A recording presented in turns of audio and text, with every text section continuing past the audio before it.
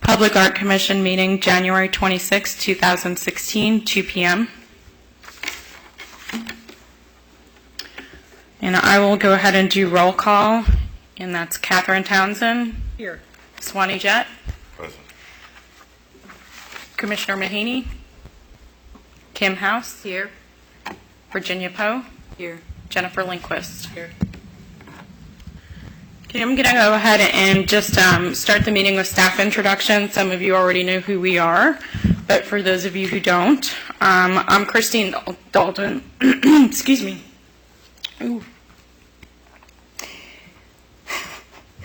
Yeah, it's like I got the worst tickle in my throat. I'm sorry. Oh, that's okay. I'm the Historic Preservation Officer for the City of Sanford and Community Planner. What was your last name? Dalton. Spell that. D-A-L-T-O-N. Okay. Thank you. Thank you, Lonnie. I needed that. Gosh. Oh. I was trying to run and everything. I'm the Historic Preservation Officer and Community Planner for the City of Sanford. I've been with the city for over 10 years. While my background is in planning and preservation, I do have a great love of art and a great interest in art from a planning perspective and what art can do for communities and for cities. We have Mr. Russ Gibson. I am the city's Planning and Development Services Director. I have the pleasure. Thank you. Again, Russ Gibson, Director of Planning and Development Services for the city. Can you hear me? Mm-hmm. I can. I've had the pleasure of meeting each of you and even working with a few of you, and look forward to working with you on this public art commission. Almost 25 years, and I'm very excited about where we are today in advancing the public art program for the city. And also want to take this opportunity again at the exception to thank each of you for your time and commitment to serve the city in this capacity. So thank you. Lonnie? No, I'm Lonnie Groot. I'm Assistant City Attorney with the law firm of Stenford McIntosh, and glad to see you all, and good to see you embark on what should be a pretty exciting time, really. And Lonnie is going to be working with us as we work through the process of creating the public art ordinance, which we're going to talk about a little bit more. So real quick, now that we've introduced ourselves, I would like to just go along the group and have each one of you introduce yourselves. So, I'm Jennifer Lindquist. I'm a resident artist at the Gallery on First here in Sanford, Florida. I moved here in 2011, and I live in the historic area. I had a career, 22-year career as an elementary school art teacher, and I'm certified K through 12 in the state of Florida today still. So I bring that to the table, I think. I can talk about art to a kindergartner, and that helps in speaking about art to the general public and politically, too. Very nice. Good afternoon. I'm Virginia Poe, and I am also an artist. I have a studio down the street on First Street. I'm also a student at Seminole State, where I'm taking drawing and painting. I do hold a Bachelor of Design from the University of Florida, and I have a background in commercial print. I currently sit as a board of trustee member on the board for the Palacic Museum, and I belong to Crealdi, the Orlando Museum, the Manello Museum, and other museums. I'm really looking forward to highlighting art in our community and helping us form a profile, I guess I would say. I think that wonderful things are happening in Sanford, and I really want to be part of that. I do live in Seminole County. I live on the Wekiva River. My name is Kim House. I'm a local potter. Been a potter for over 30 years professionally. I owned and operated 2 art galleries and art facilities, teaching environments. I'm a founder and director of the St. John's River Festival of the Arts, and I founded the Welcome Center here in Sanford and also the Alive After 5. Currently, I'm retired and still working on the art festival and also teaching art for kids over at the West Side Community Center for underprivileged children over in Goldsboro. And that's about it. Oh, and I want to, excuse me, I want to apologize, excuse me, for being late. Some of y'all know that my precious baby kitty that I raised from this big had an ongoing 6-month illness, and I got a call from the University of Florida. She's been up there twice, and we actually got a diagnosis today, and my kitty's going to be okay. So I had a little kitty precedence today. But I'm going to be talking to Dr. Jett because she's got something interesting. But I'm Patty Mahaney, City of Sanford City Commissioner for 6 years, and I am not an artist. I wish I was. Sometimes I think I am. But my husband and I just developed a love for art, and we try to collect art. We have quite an eclectic collection. Some of it we've gotten from Kim House. Some of it's folk art. We just bought a Teresa Disney piece. We like an artist called Don Niederbeck who does Big Funky Fat Cats. And I also went on a mission to when I was growing up here, there was an artist, some of y'all might remember him, have heard of him. His name was E.B. Stowe. And in fact, he lived on the St. John's and painted nothing but the St. John's and the surrounding area, and he lived to be 100 years old. And some of his stuff is pretty good, some of it not so much. He painted through macular degeneration, almost into blindness. And so I went on a mission to preserve that history, and over the years we've acquired about 25 of his paintings. And so I just have a great love of art. I think art brings a community together. I think if it's one thing Sanford needs, it's a community coming together and working together. I see this as a very positive thing. I was very excited last night when Christine Dalton showed us that the new and improved Paw Park, they're going to have to take down 3 trees. And Christine came up with the idea of not taking the trees out, but creating sculptures. And then she said, well, one could be a dog and a cat. And I said, well, I'll go for that. Well, you know, I've already come up with an idea. My vet's willing to sponsor one. Really? Awesome. Yes. So, I mean, I just think there's so many neat things that we can do.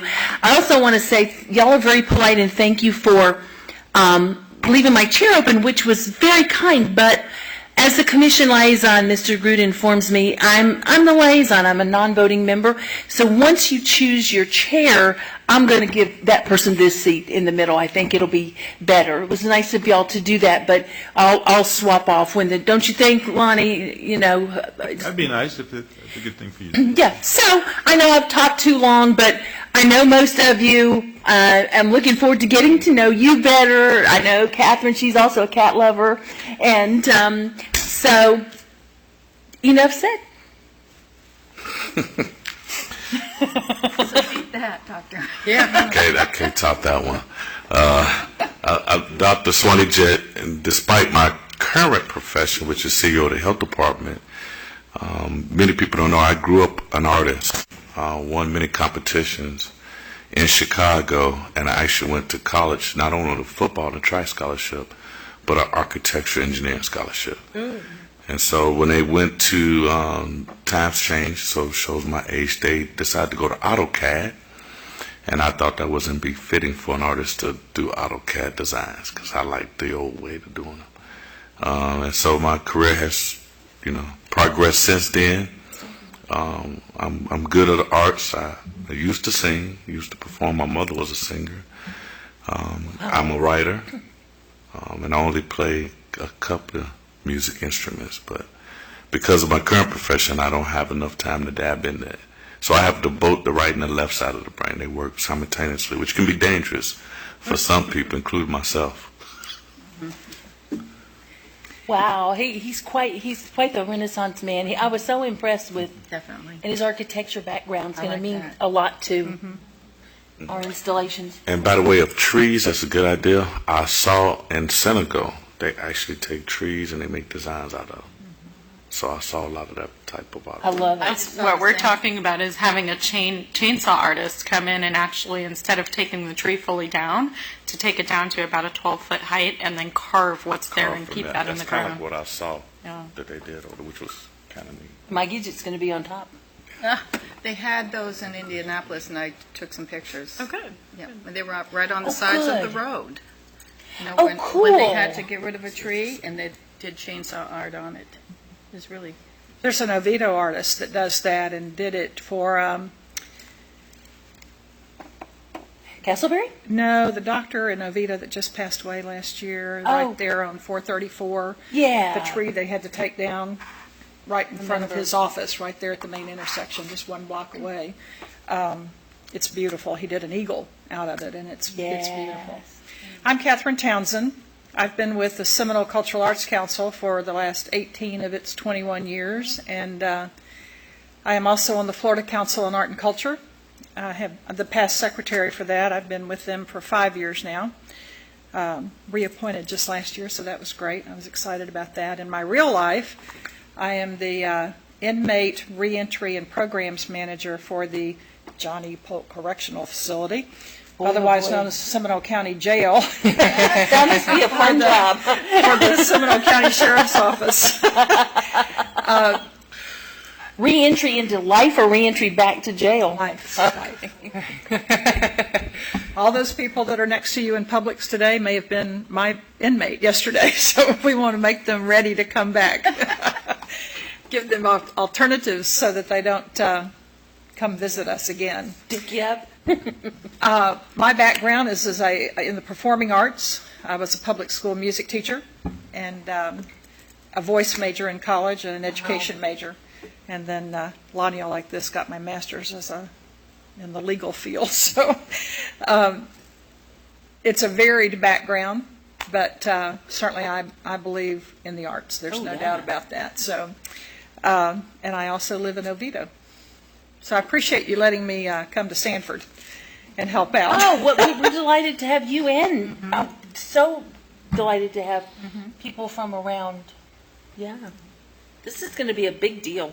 We are going to show the other communities what we got in the way of artists. Listen, let me tell you, I'd like for you to show my community something about art. And you can tell my mayor I said that. Castleberry thinks they got it all over us right now. They do think that. No way. Castleberry does have a really good program put together, though. They've been working on it a long time. Yeah, they have. It's the Castleberry Art House is pretty amazing. But welcome to you all. I'm really excited about the composition of the board and the background of the board. I think that just as I'm hearing all of you talk, it's real interesting how artists tend to be natural-born educators, because I keep hearing that repeat. And even if you weren't a professional educator, I think that just comes with the practice of art, is passing that along and getting people informed about it and all of that. So I'm really excited about that. We've got our introductions done, so we have to, because you all are now a board of the City of Sanford, have to take you through Sunshine Law training. That is a requirement. So with that, I'm going to turn it over to Lonnie Groot. All right. We hand out something first. First of all, I learned something today. I What? learn something every day, but Mr. Nedevec, we have to get something of his every year, too. You do? Yeah. Oh! Not we. More. At the Deland Art Festival? Yes, yes. Did you know Been there. he's been at our Sanford Art Festival and he's coming this year? Lonnie, you have to come. He's a cool man. He plays the saxophone. yes. No kidding, yeah. He played the clarinet. Clarinet. He's got He's in one a of the jazz bushes to our band. party. Yes, he has a three-piece jazz ensemble. I love him. He's such a cool guy. I won't take too long. And the main reason I handed up the card, not for marketing purposes, but because Mr. Mahaney will tell you. Yeah. I can go over all sorts of stuff, but it's really what questions arise is what's important. It's going to look like that. So as Christine said, you are a board, you are a commission, you are a body of City of Sanford government. So there's certain things that are going to that have already happened because you are that, and there's going to be certain requirements that are upon you because of your status as a board member.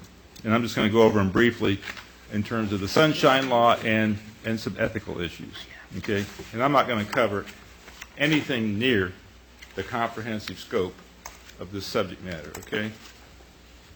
And as evidence of that, the first 2 pages of the handout are from the Attorney General's website, okay?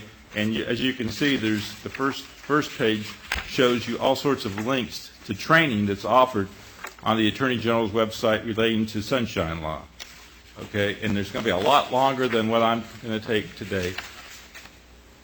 When you Google Florida Attorney General and get to her website, you'll see open government link that you can get to. And one of the things that you can download is this book. This is the Bible when it comes to open government. It's the Sunshine Law Manual, and it talks about public meetings and public records. And I'm just going to brush the top of the subject today, but as you can see, we're not going to do this. You don't want to do this. You don't want to go through this page by page. Yes, ma'am. Can I interrupt you? Because this is kind of important. The annual Sunshine Law training that the state of Florida legislature is requiring us to take, I assume that's coming up for us again this year. Yes. And I know that the commission had talked about board members attending. I don't know if they have to attend every year or not, how that works, but you might want to tell this board about it so that when they get the call, they're not going to be shocked. Sure, and I forgot the date. I think it's in February. Sanford, I mean, the city clerk's office and our office have really, in my judgment, given the city of Sanford something that a lot of jurisdictions don't get. And that is, on an annual basis, we've been arranging for Pat Gleason, who's basically the author of this book. She's worked in governor's offices and attorney general's offices, and she is the Sunshine Law guru for the state of Florida. And she comes down and teaches once a year on open government. Together with her is Verlindia Doss, who's the executive director of the Florida Commission on Ethics, who was on the legal staff there for, good God, 15, 20 years, something like that. But Pat and Verlindia come down and spend a day at the city of Sanford and teach Sunshine Law and ethics training.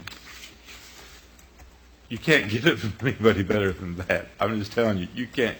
You're getting it from the old expression, the horse's mouth. You're getting it from the people who promulgate the rules, who know that the last case that was ever decided, who have seen everything. And I'm not exaggerating when I say that.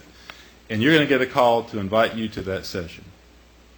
Okay, and it's really worthwhile. Not only is it worthwhile, but I think what I'm trying to gently say is, didn't we make it mandatory? Yes, yeah. Because some of our boards didn't understand the Florida Sunshine Laws, and so we have asked all of our city board members to attend, and it's not a full day. Lonnie, isn't it about 3.5 to 4 hours? I think it's 9 to 4 maybe, and with an hour lunch break, something like that. No, there was two separate classes. Two different sessions? There was a morning session and an afternoon Okay. session. I think it was only 4 hours total. And it's a little painful, but it's worth it. You know, you'll walk away learning a lot more about our government than you ever. So, but that, I'm glad you mentioned that, because that is really a fine opportunity. And like I said, I'm going to just touch the surface the day that goes beyond, and you get to ask questions of people who deal with it on a day-to-day basis. I mean, I do too, but not like them. And they're great people, really great people. So, if you just Google Florida Attorney General, you will get on Pam Bondi's website, and you can download this book, okay? And it's about public meetings and public records. Public meetings. What is a public meeting? That's really a misnomer.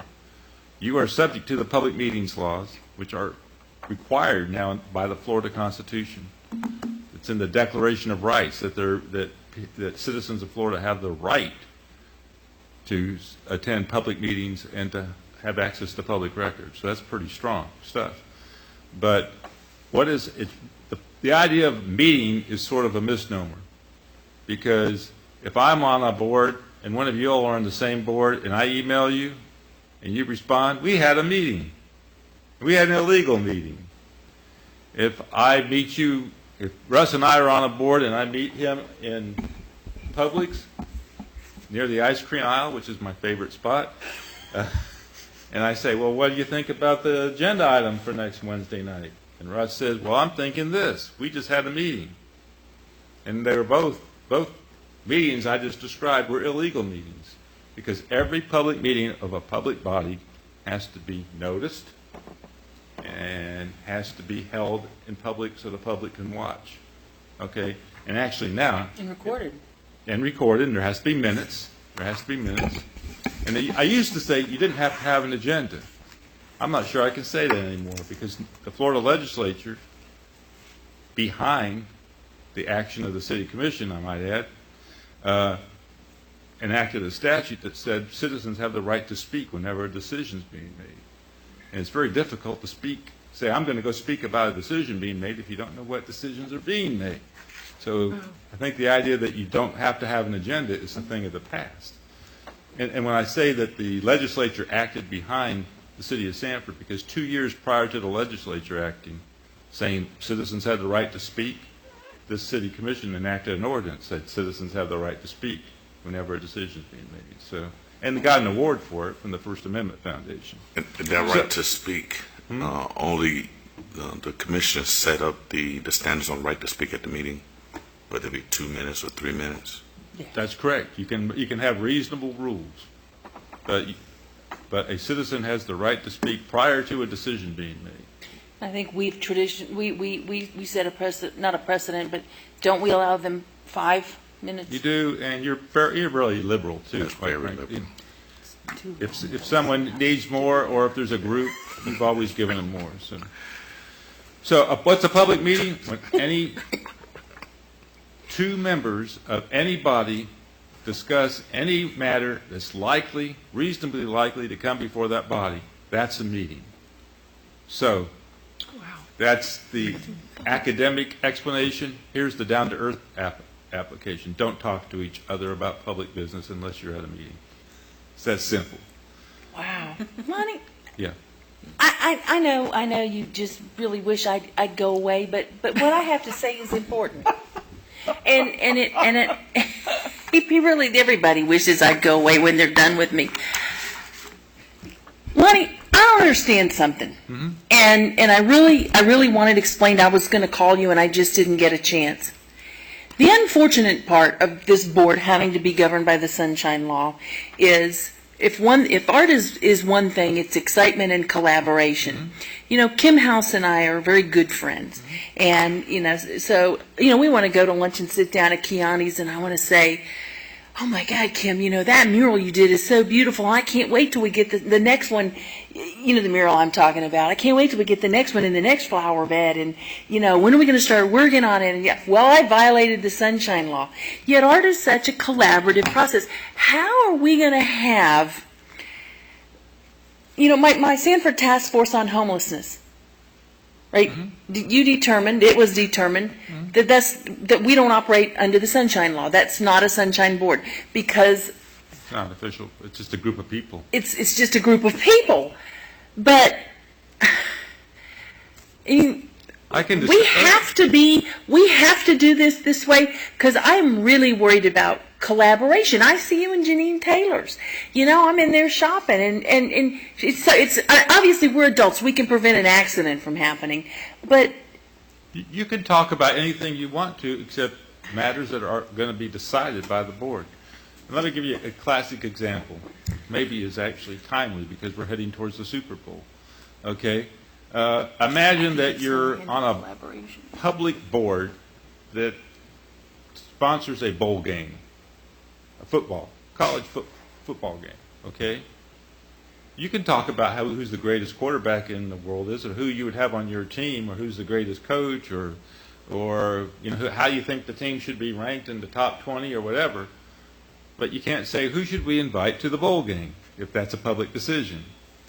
That's the distinction. You can talk about the best art in the world, or the worst art in the world, or who you think should be invited to, to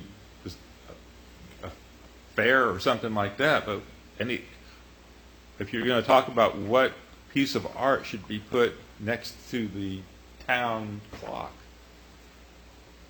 or in a certain park, now you're talking about something that is public business. But we can talk about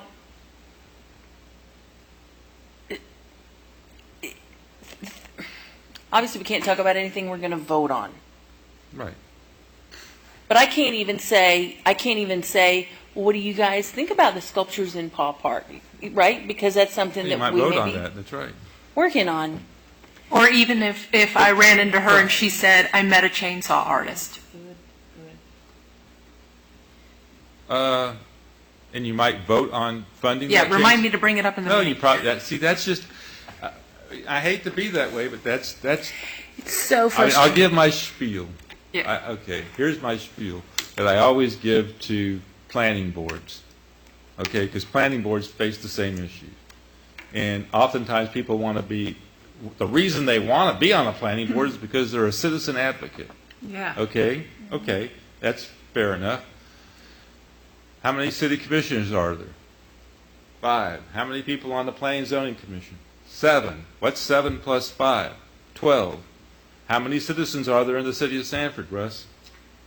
55,000. 55,000. Do you want to be one of the 12 or one of the 55,000 as you choose when you become a public officer? You can be an advocate or you can be a decision maker. And you got to choose. No.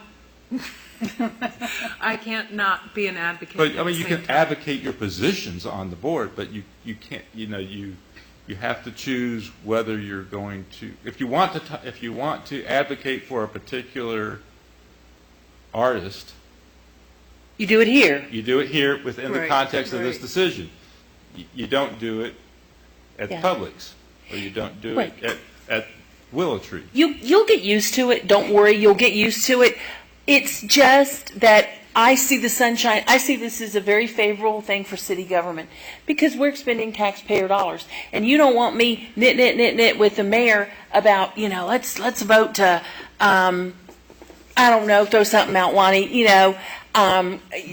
with your money, okay? And I guess the reason that we have to function under the sunshine law is because we may be expending some taxpayer dollars. That's If we- correct. if You're we- making recommendations That keeps you honest. You're making recommendations to the city commission, too. Yeah. And if there's an occasional mistake, it's a mistake. And what we do is, and so don't ever take it the wrong way. If you do say something, I'm very well versed in this at this point. And even I'm going to sit here and admit everybody has made a mistake, Sure. right? But if you say something, if we're at a party at Janine Taylor's and you're like, "Ooh, I can't wait to talk about this thing we're going to vote," and I'll just go, "Yeah, well, we'll talk about it then." You just remind each other. Right. But to me, for artists, I want to get my hands in there and I want to be able to call you up and I just had this great idea and, we can't do that, unfortunately. But then, once again, you can talk about the one-way email communication.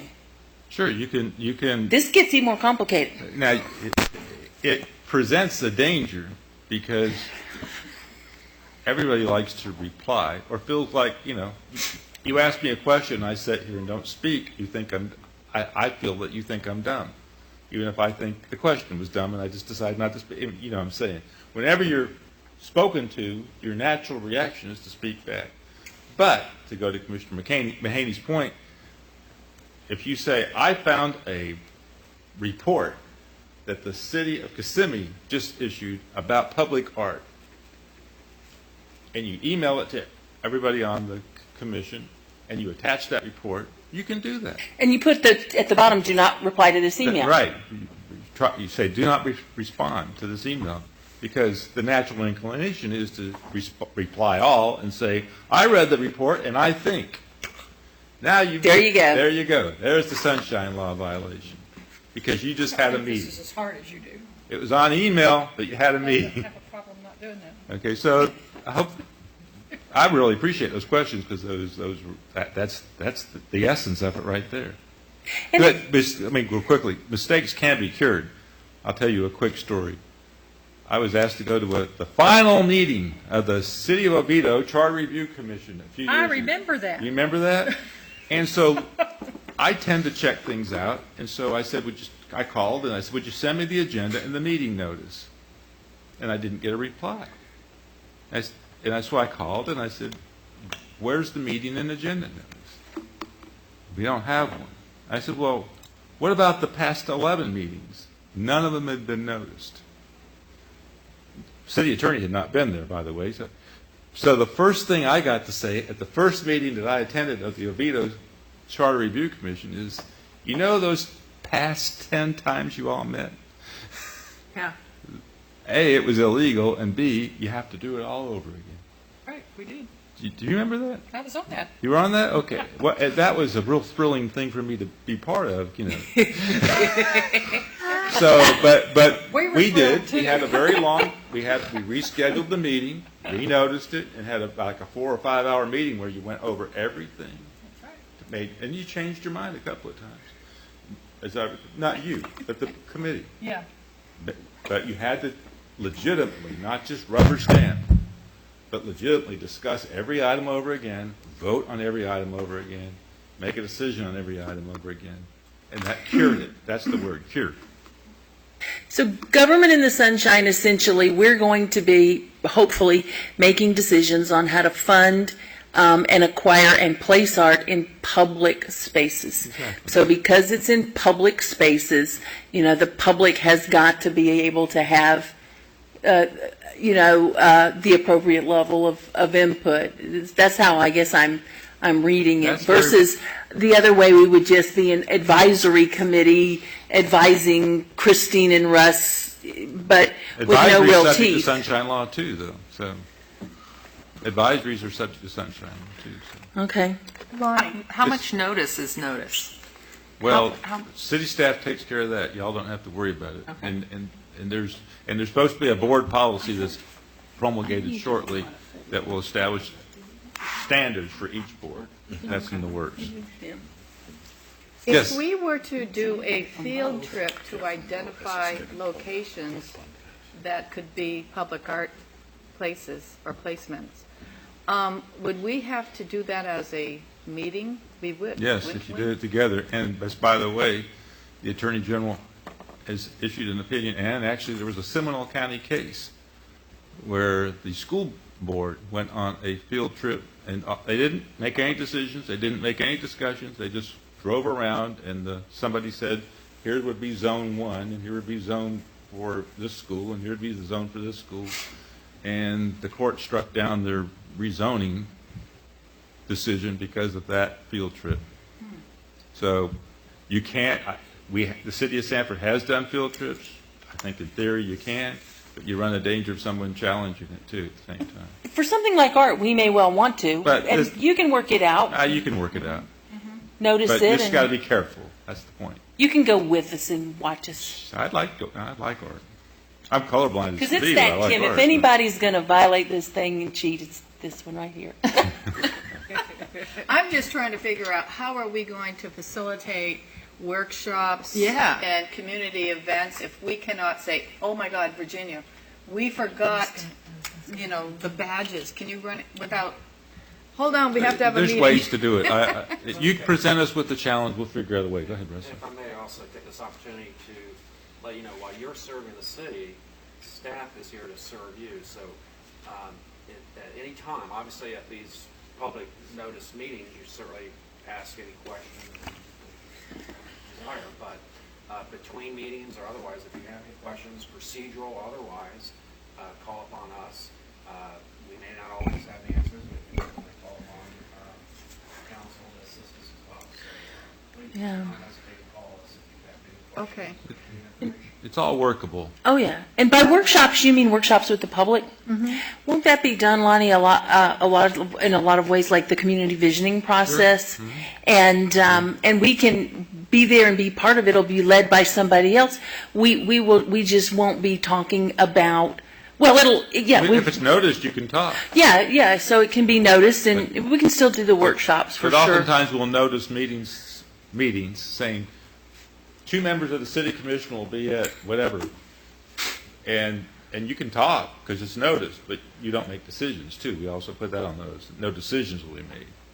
But I can give you a good example. You know, we have the Historic Preservation Board. And we have a local historic preservation group that's a nonprofit, the Sanford Historic Trust.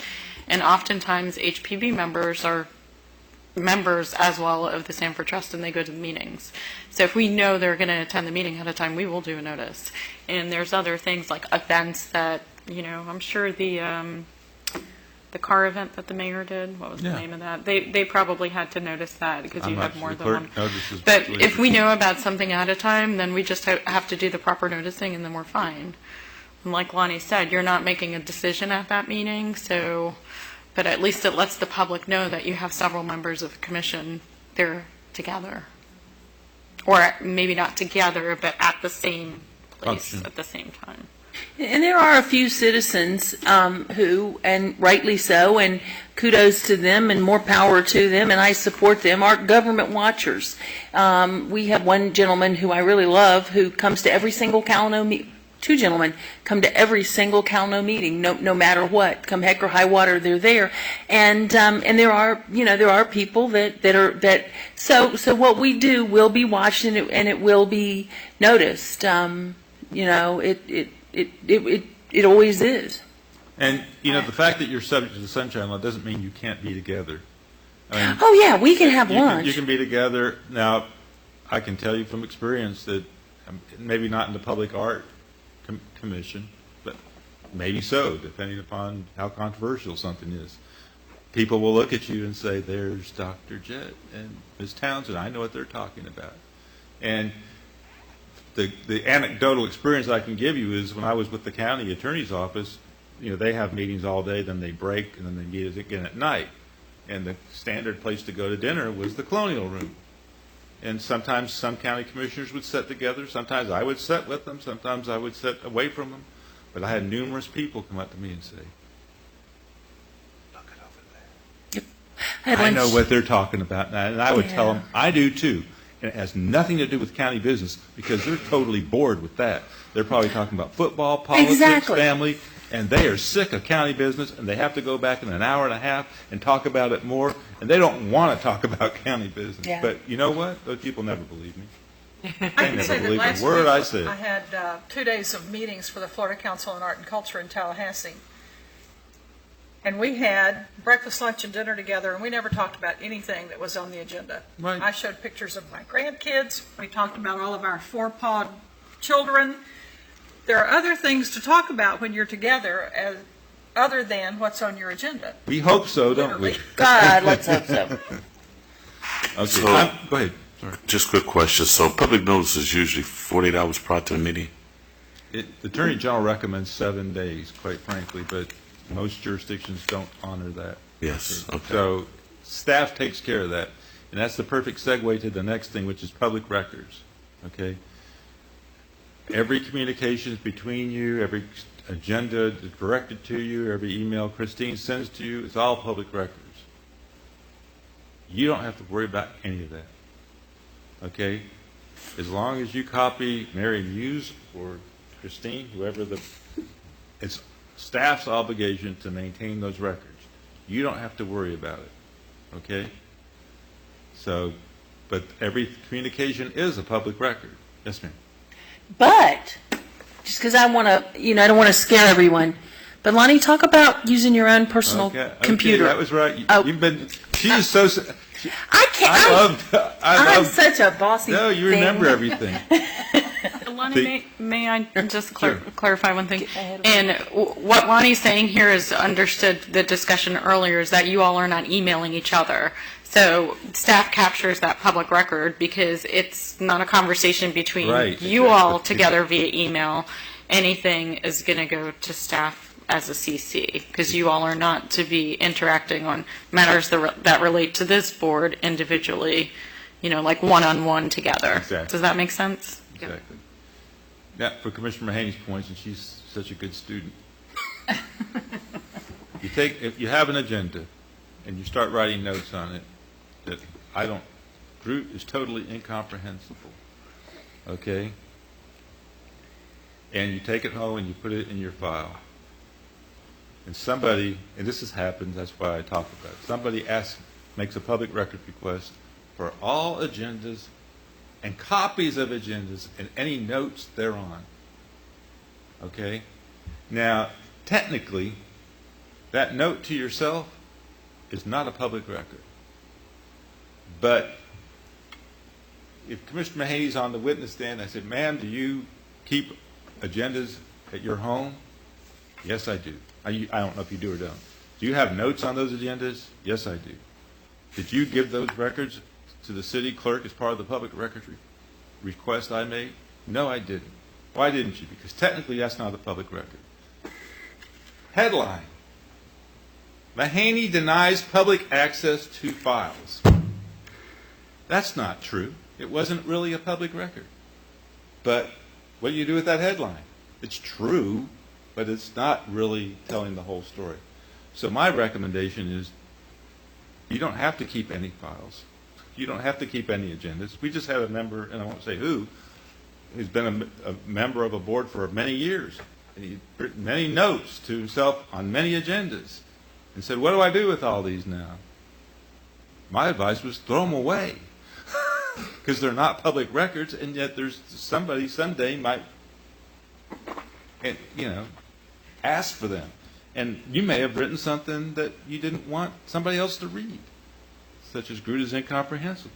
Well, such as I did that time when I said but still not quite addressing my concern. Okay. So I'm going to give you a scenario. So we're sitting here and we're having a meeting, and we've been working at this for a year, and we finally nailed down the type of art that we want in a certain location. Mm-hmm. And I'm just going to use Catherine as an example. Catherine goes home and she's like, I think I know a couple of, artists, or, I'm going to email this artist and see, if he'd have any interest in maybe what he'd charge and yada, yada. Public record. Her entire computer then becomes...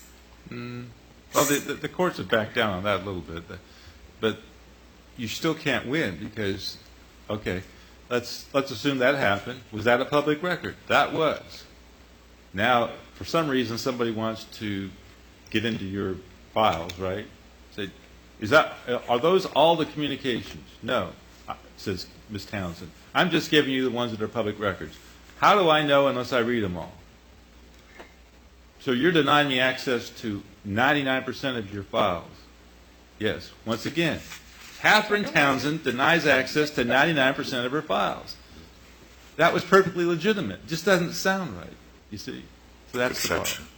That's the problem. It's perception. You got it right, Doctor. We want your computer, Kim. I quit now. So the best thing to do in that situation is to copy Christine with your communications and delete it off your file. Now, Christine is maintaining the records. You don't have a worry in the world. Yeah. Do you have any public records on your computer? No, says Ms. Townsend. How do you know that? I delete them all. There you go. But, so you're not maintaining them? Yes, I am. I copied Ms. Dalton every single communication. You're totally out of it now. Perfect. That's a good idea. Does that help? Staff has to maintain the records. You don't. Unless you don't give staff them to maintain. Then you got a problem. So just copy Christine. Okay? That's public meetings, public records. The next is ethics, which shouldn't be that, the first 2 pages I gave you were from Attorney General Pam Bondi's website. The next 4 pages are from the Florida Commission on Ethics website, which also offers training. I'm going to tell you one rule and one rule only, because that's one rule wrapping around several rules, actually. But the main rule that will affect you potentially is you cannot vote on a matter that you or certain family members or people who you're in business with could either gain or lose from. So if an artist, or you're the artist, and the commission's going to vote on whether or not the city should purchase that piece of art, you can't vote. Okay, you cannot vote. on everything. If someone comes before you and you don't, "Oh, that's my neighbor, I really don't want to vote because I'm going to vote against my neighbor, and I have to, you have to vote. You don't have a conflict of interest, so you have to vote. You can't take a walk. You can't walk out of the room intentionally. You have to vote on everything unless you have a conflict of interest. And y'all aren't a quasi-judicial body, so I'm not going to get into that, about bias and all that. But you have to vote, okay? Unless you have a conflict of interest, and that's only when you gain or lose, or certain relatives gain or lose, or certain business associates gain or lose on that vote. Okay? Otherwise, you have to vote. And if you do have a conflict of interest, city staff takes care of you because they give you a form, Florida Commission on Ethics Form 8B, I think it is, to file a memorandum of voting conflict, which says why you had a voting conflict. So you get to We have I'll call for artists to submit proposals for sculpture for a location. And one of the artists is one of the resident artists at the gallery on First that I work with. Okay. So I would contact the staff and get a notice so that when that particular How would you gain or piece- lose? I'm in business with, I'm a resident artist of Gallery on First, and so is he. We both support the business of our gallery. But Even if- though we're individual Yeah, but businesses. How too. would you have any more money in your pocket or any less money in your pocket if the city bought that person's art? No. And you don't have a voting Okay. conflict. Okay, now I get it. Thank you. But the gallery would have more exposure because of that. There is a point where it's speculative. Like, for example, in a zoning issue, if you technically said any vote that Commissioner Mahaney makes that is positive in terms of land values in the city of Sanford, or any vote that would be negative in the city for land values, Commissioner Mahaney couldn't vote on anything because something that happens way across town could incrementally affect Kaywood. Mm-hmm. But that's speculative, and I would say that question would say that was speculative. But who determines if it's Oh, Lord. speculative or not? I mean, who makes That's determination? that's one reason I'm so animated when it comes to teaching this stuff, because if you asked me, Lonnie, do I have a conflict of interest? And I said no. And you voted, and someone challenged you, filed a complaint against you saying, Kim House had a conflict of interest. And you said, well, Lonnie said it was okay. You know what the Florida Commission on Ethics would tell you? Lonnie was wrong, and you're charged. And if we find you in a violation, the fact that Lonnie gave you a bad opinion doesn't help you in the least. And I've had to defend somebody who had the city attorney tell him, a Deltona commissioner, city attorney, they were an attorney. The commissioner was an attorney and came to the conclusion that he had no voting conflict. The city attorney told him he had no voting conflict. Someone charged him, and we still ended up in a week-long trial in Tallahassee. Oh, my gosh. So we prevailed, but it wasn't fun for him. And it cost the city $21,000 to defend him, too. So it wasn't fun for anybody except for Darren Elkine and I, who earned the fee, I guess. Well, we've got Catherine to make sure that we re-enter life in a good way. Again, you recognize that there may be an item that's on a forthcoming agenda or is on an agenda that you might be considering, and you are concerned that you might potentially have a conflict. Again, get the staff as soon as possible.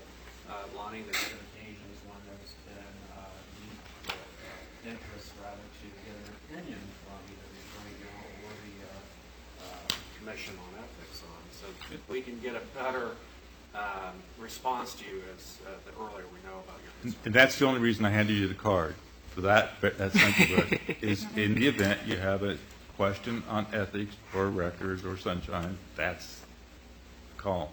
And on ethics, let me just tell you, I don't usually say this out front, but I'll tell you now. If you ask me an ethics question, what I do is I research it. Then I call the Florida Commission on Ethics and I say, here's what I think. Tell me what you think. And 90% of the time they agree with me. 10% of the time they said, well, Lonnie, they go off and research it.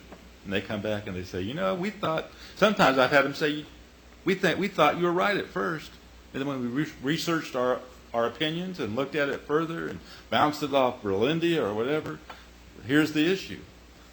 And everybody changes their opinion. So, and then I report back to whoever asked the question and say, tell them the whole story. Question. Mm-hmm. Let's by chance say one of us sends out an email, Mm-hmm.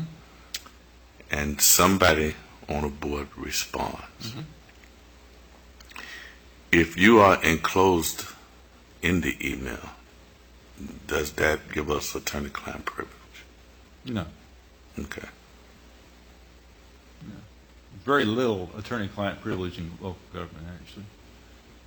Very few meetings, and I didn't go into that you can have.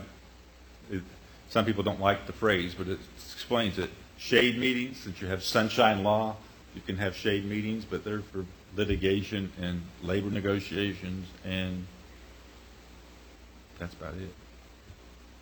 Lawsuits. Yeah, litigation, right. I guess that's what I was.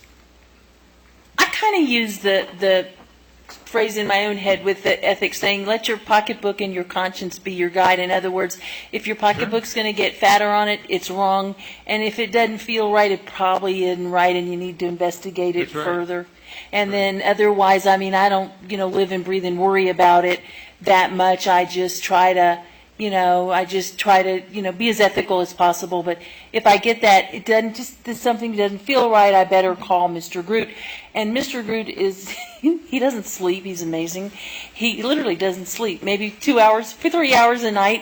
I've emailed him at midnight and I get a response back at 1 a.m. He's easy to get a hold of. He's easy to talk to.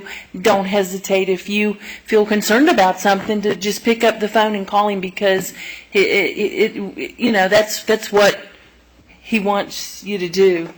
Oh, yeah. And I just wanted to comment on Jennifer's question. So I'm going to do a comparison again to HPB, Historic Preservation Board. We have members, of course, who live in the historic districts, so their neighbors come before the board all the time. And so when in doubt, our board members will typically say, this house is 2 doors down. I do not have any financial interest in this project, but I am just disclosing it. And that's why, that way they've actually said something on the record and it's known, instead of being, after the vote is taken, well, isn't that your neighbor from 2 doors down or next door? And just saying it before the discussion even ensues and putting that on the record is always good practice. That's always works, too. Okay. Public meetings, public records, ethics. Cell phones, being careful about texting from the dais. Those are, oh, yeah. That perception's really bad. Because, once again, you saw me. I was on my cell phone. You probably thought I was doing something strange and not paying attention to this board. I was trying to find the resolution for the Public Arts, committee, because I wanted to see something about the organizational session, if there is anything in there. But the perception probably was, what's the group doing? And that's the way it is. The perception is usually negative. I hate to say it that way, but it's true.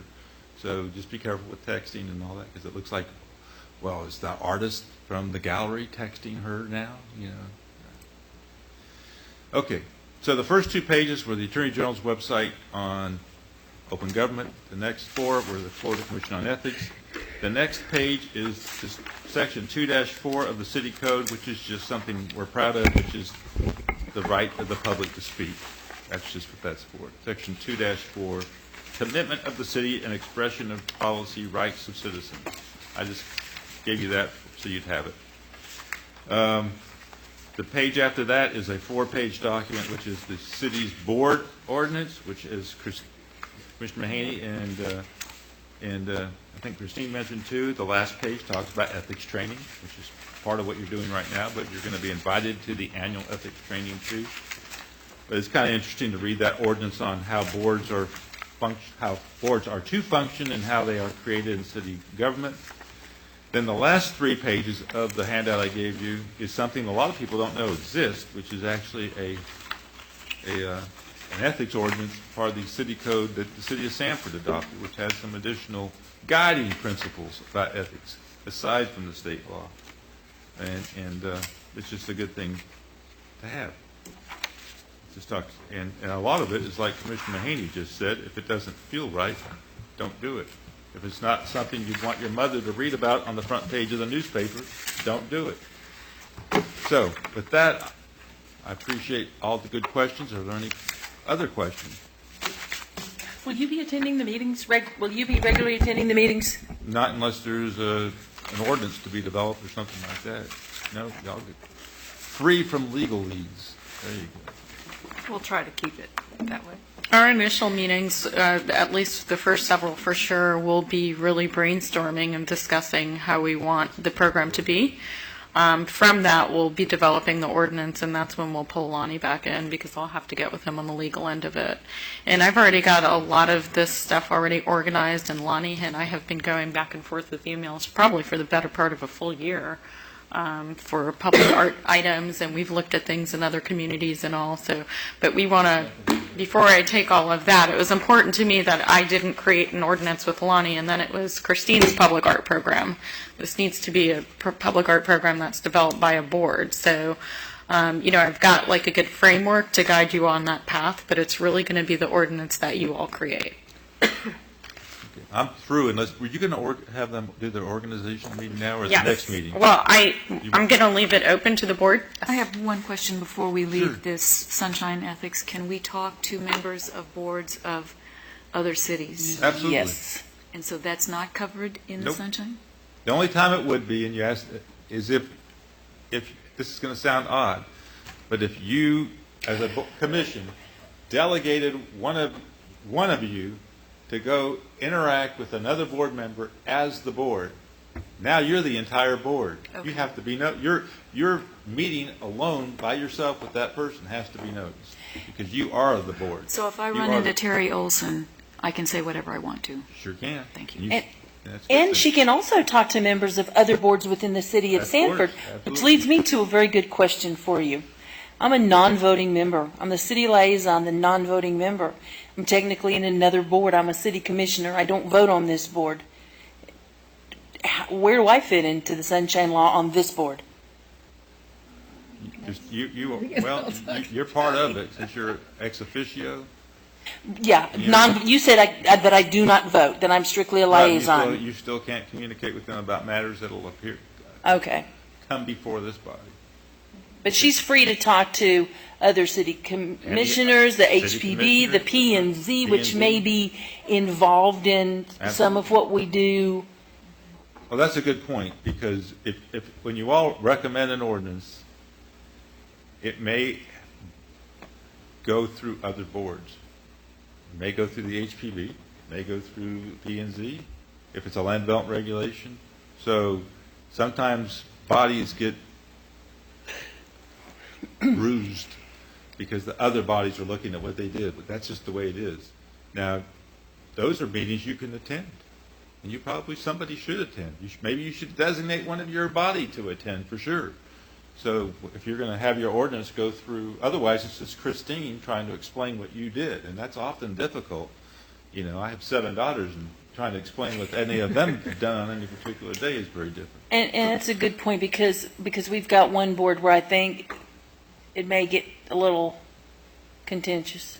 I don't know which one you're talking about, but you're probably right. HPV? Okay. I guess so.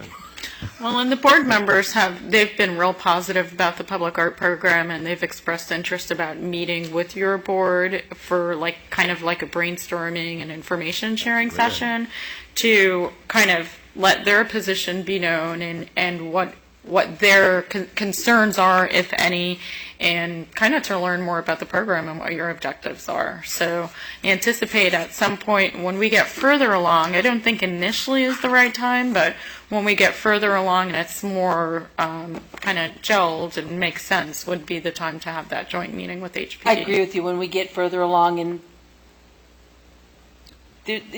things get territorial. Christine, are you going to preside over the organizational part? Or you want? Well, I was going to give that up to the board to decide if you want to do this at this meeting or the next meeting. But that is, you are a board, so we do need a chairman and a vice chairman. Just get it So done. I would prefer to get it done, but that means somebody has to elect someone and you all have to take a The vote. first And meeting, yeah. It needs to be done at the first meeting. it does need to be, Yeah. okay. So you don't have a choice. Thank you, Russ. So they'll, obviously I don't vote, but they'll need a nomination. You want me to do it real quick? Yeah. Okay. Are you all ready to organize? Yes. Okay, what I am going to do at this point, and then before I turn it over to whoever you elect as chairperson, is I'm going to call for nominations for the office of chairperson of this commission. Do I hear any nominations? Virginia Poe. I hear Virginia Poe's name nominated for chairperson of this commission. Do I hear any other names? Yes, I nominate Dr. Jett. And I hear Dr. Jett's nomination for the office of chairperson of this commission. Do I hear any other names? Well, I'm going to call one more time. Do I hear any other names? Okay. Let's see, Jay, I'll go with alphabetically. All those in favor of Dr. Jett, please raise their right hand. I see Ms. Townsend, Dr. Jett, Ms. Poe, and Ms. Lindquist raising their right hand. All those in favor of Ms. Poe, please raise your right hand. I see Ms. Kimberly House's right hand raised. By a vote of 4-1, Dr. Jett is hereby named and elected chairperson. And I will turn the meeting over to you, Dr. Jett. Now you have to choose a vice chair. Here.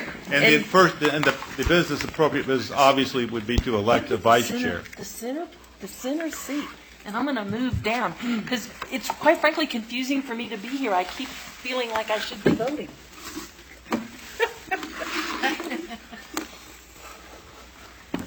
I don't want you to lose your drink. No, it's hers. Thanks, Doctor. Don't forget, don't leave without talking No, to me. I will not. It's not about this. It's about my cat.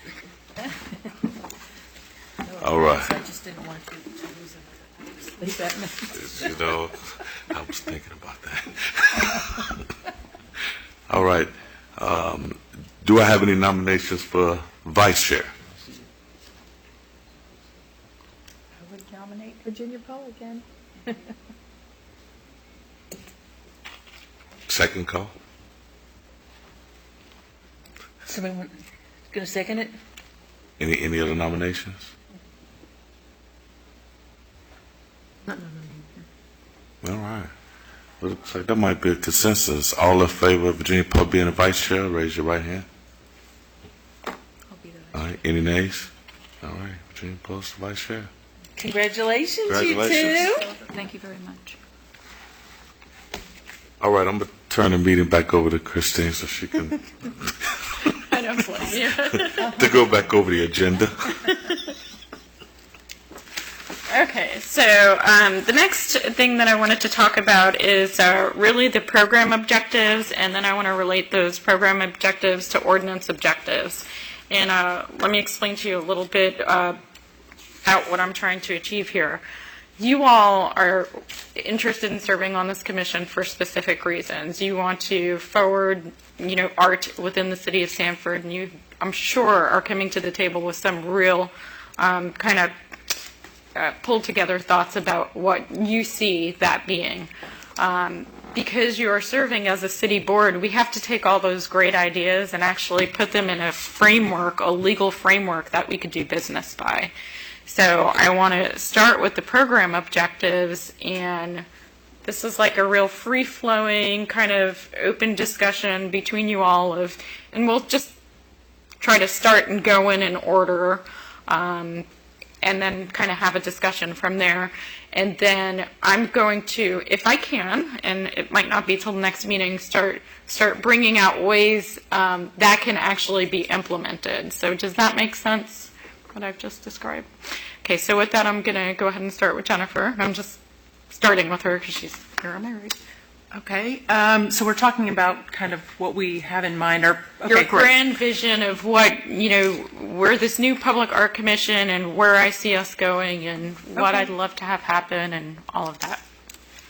I have a ton of ideas, but I'll try to kind of maybe some key ones that are particular to me. When we think of a public art program, I think the first thing that everyone thinks of are large pieces of sculpture that are outdoors and murals on walls, maybe mosaic on walls. But right, I mean, that's kind of the first thing that's conjured. I think that's a given. Like, we're going to be putting large scale or small scale, but pieces of art out in public spaces. But I think that a public art program can have more to it than that too. And something that I would say would be my pet project that I would add to this, if we agreed that it could be, is a resident artist program. I would like to see the city of Sanford do more to make it an attractive place and an easier for artists, high quality artists with real talent and real work ethic and to come here and work for a period of time and exhibit here and hopefully even maybe want to relocate here. I see an artist in residence program as a possibility for what we could include in our public art program. I see education as a component too, is ways of doing arts education to the public. So programming for that could be involved as well. And I would like to see whatever our first project is, like if we choose a location, like just a location that needs it bad, right? It's calling for it, and we've decided on, here's a location that just, let's make this our target spot. We're going to make our first, well, this is what I would like to suggest, is that we make our first stake in the ground a really good one. Is that we, don't just dribble out some little stuff, but that we go ahead and pick something significant, hit a really good spot, do some really dig in, do some decent fundraising, and maybe pick an artist that's got a name that puts kind of Sanford on the map for, oh my gosh, let's go to Sanford and see the blah-de-de-blah, whatever, So, okay, that's my thoughts. Thanks. I agree with a lot of what she has said. One thing I would like to say is that I think that the appreciation of art should benefit everyone in the community, and that what we do, our efforts, will bring people here to enjoy art, but that the people who live in the Sanford community will benefit from that. I think that we need to have members of our committee who can look into funding by grants, both state and federal.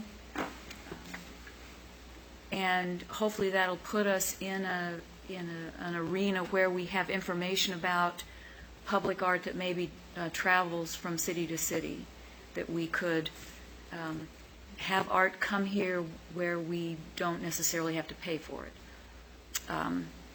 I think that we need to work with people like the St. John's River Festival. I know we already do, but we need to do whatever we can to encourage that kind of public art where people enjoy it.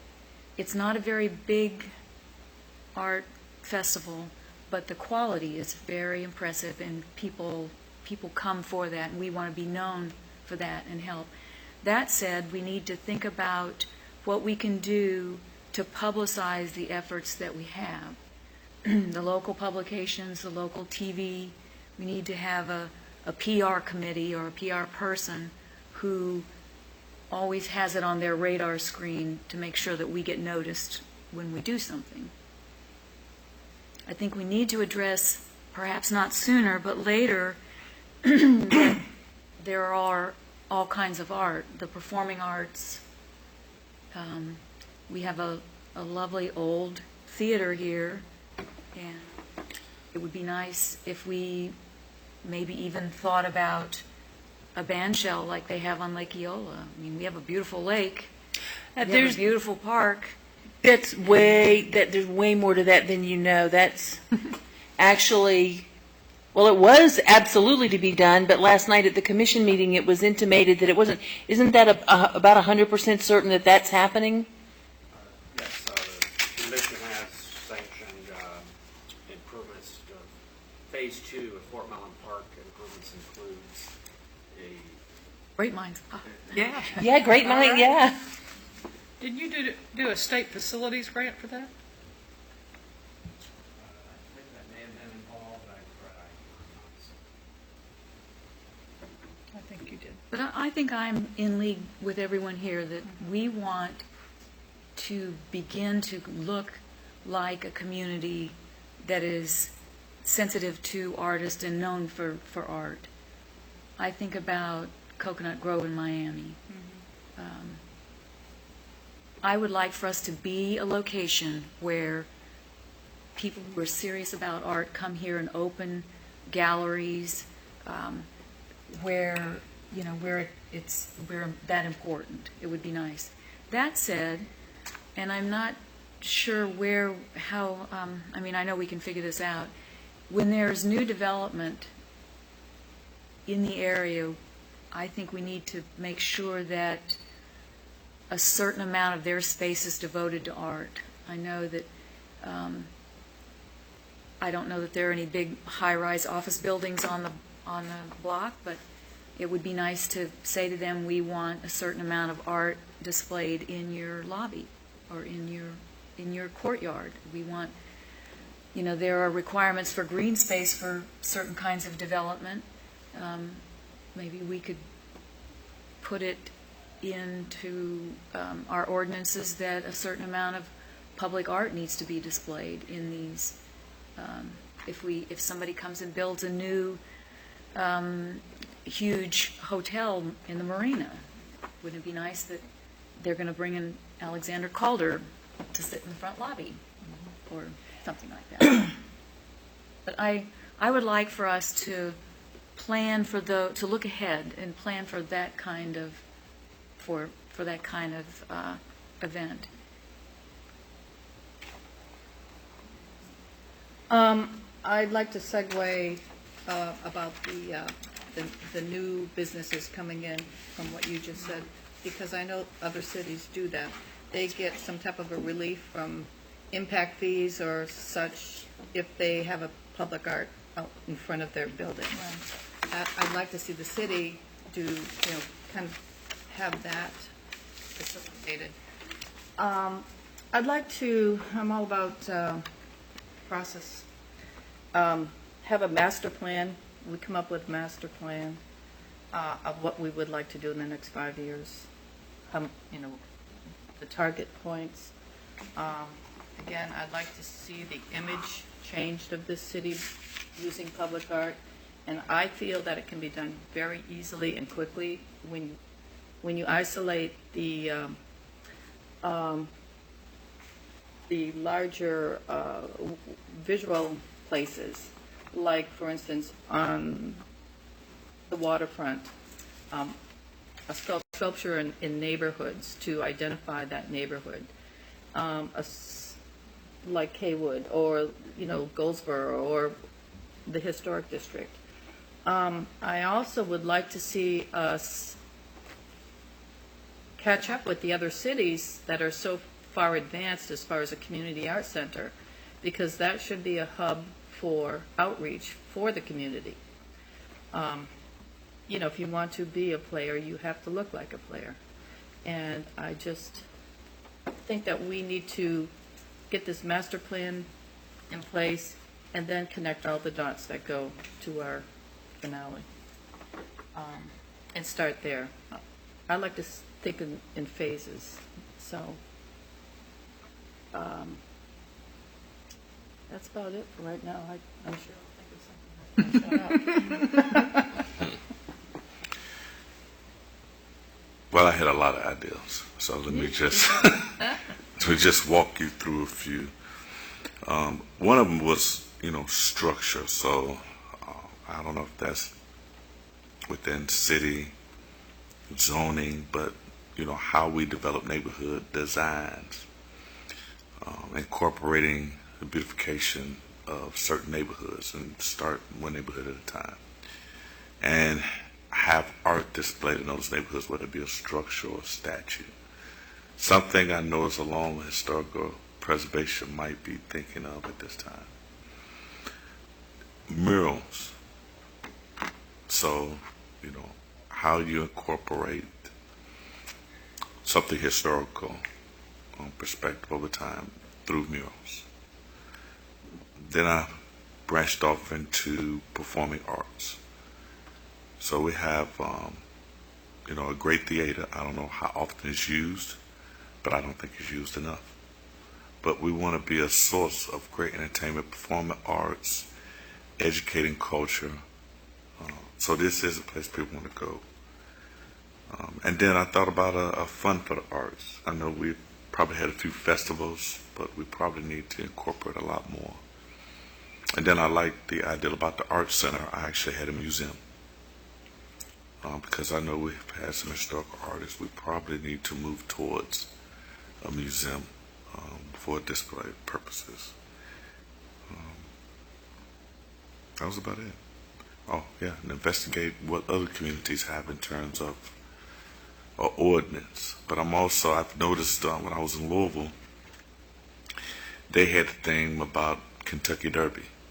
So at certain intersections, you would see a statue of a horse, and they had all these different designs, and the city actually sponsored it. And so it became almost an activity for community residents. I would drive the neighborhood to take pictures of the different statues of the horses. And people actually auctioned the horses off after a while. So that was a way to create money for the community, or money for the city. But it was a long stretch plan. I think Louisville might have invested over 10 years. The whole idea of the arts and beautification processes. So it took a little bit of money. That's my thought. Well, I would say ditto, ditto, ditto, ditto. Sanford is the county seat. I think it ought to be a destination for more than just the legalities that go along with being the county seat. I spent 12 years working with Seminole County Tourism and promoting Seminole County and certainly Sanford, and I think that this is an opportunity to really make it a destination of its own. And even though I'm not a resident of the city, I would love to see that. And I know that we've spent a long time making First Street an art corridor and continuing that, and but really making it a destination that is recognized on its own. Is that okay? Absolutely. And ditto to the 5 with a few more additions. I want to, as we move forward, I want to capitalize on the fact that art has art is many different things to different people, and so I want to capitalize on our local treasures. Like you said, we have a theater. That is the Wayne Dench Performing Arts Center. It's a historic theater. They are now a private entity. It is privately owned. It does not belong to the city of Sanford. However, City Commissioner of Altamont Springs, Sarah Reese, is their current president. She is always desperately looking to get more interest from Sanford. Commissioner Art Woodruff sits on their board. We may well be able to attract. I'm on their board. You are, okay. We may, well then, there you go. We'll have a liaison from the Wayne Dench Performing Arts Center sitting right here, and we didn't even realize it.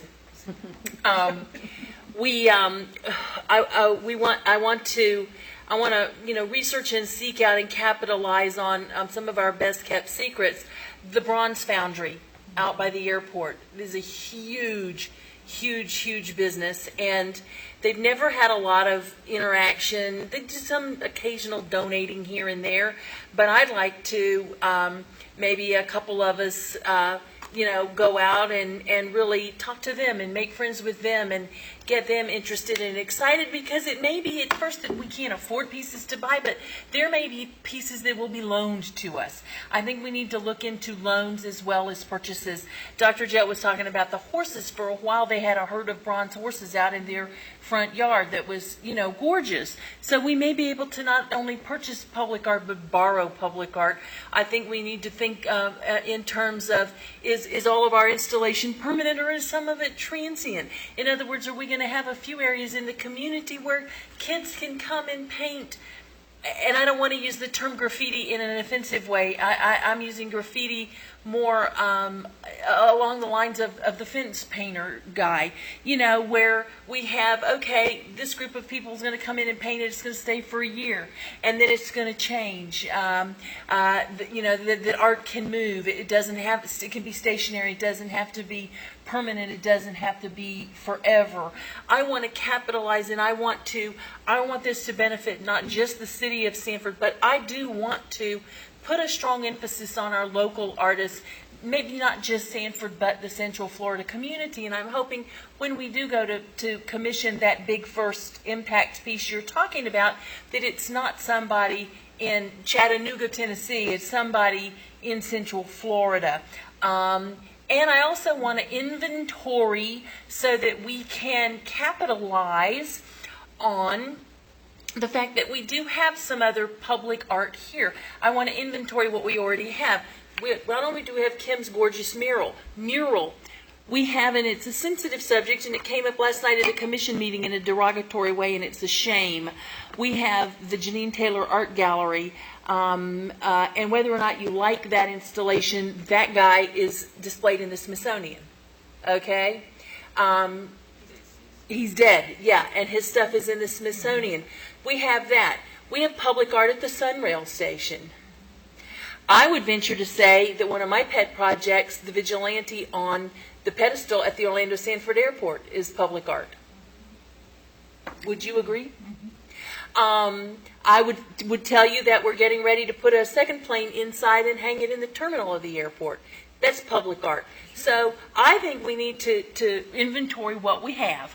And then I think the last thing I'm going to say is what I think, Russ, to capitalize on PR, I think that we have a, what is Lisa Mosca's exact term? What is her title? Officer. We have a communications officer, PR specialist, who manages our website, our Twitter, our all of that kind of stuff. She's very excited about this project. She's going to be, she's on, the Next Door and with My Sanford, and she's like an information technology person too. And so I think social media. And so I think we'll have maybe built right in some assistance from her, because I know she keeps telling me, let me know when you get going. In fact, she created a sort of a public art, the beautiful photographs. Have you all seen the photographs in our lobby? Mm-hmm. It's another thing we need to inventory, right? Public art in City Hall. This Ashby, he was a student of E.B. Stowe, and that's the original City Hall that they tore down in the 70s, and that's us now. That's why you can see why Christine Dawson is such a valued employee, because she would have never let that happen. So, we have public art in here. We have public art in the Welcome Center. And so I think, that we have to realize we're not just starting from ground zero, right? And so not only do we want to benefit the public, but we want to benefit our businesses and our artists as well. Well, that's a lot to digest, so I'm going to go back to the beginning and see if I could take a stab at this on the fly. So I'm going to take what I heard each one of you say, and I'm going to talk to you kind of from an administrative perspective. Jennifer has an interest in outdoor sculpture, murals and mosaics on walls. She would like to see a resident artist program, and she'd like for our city to be more attractive and easier for high-quality artists to work here and also the potential for an artist relocation program. She's very interested in education and arts to the public, educating the public on art, and she feels very passionately that the first stake in the ground needs to be a really good one. I wholeheartedly agree with her on that.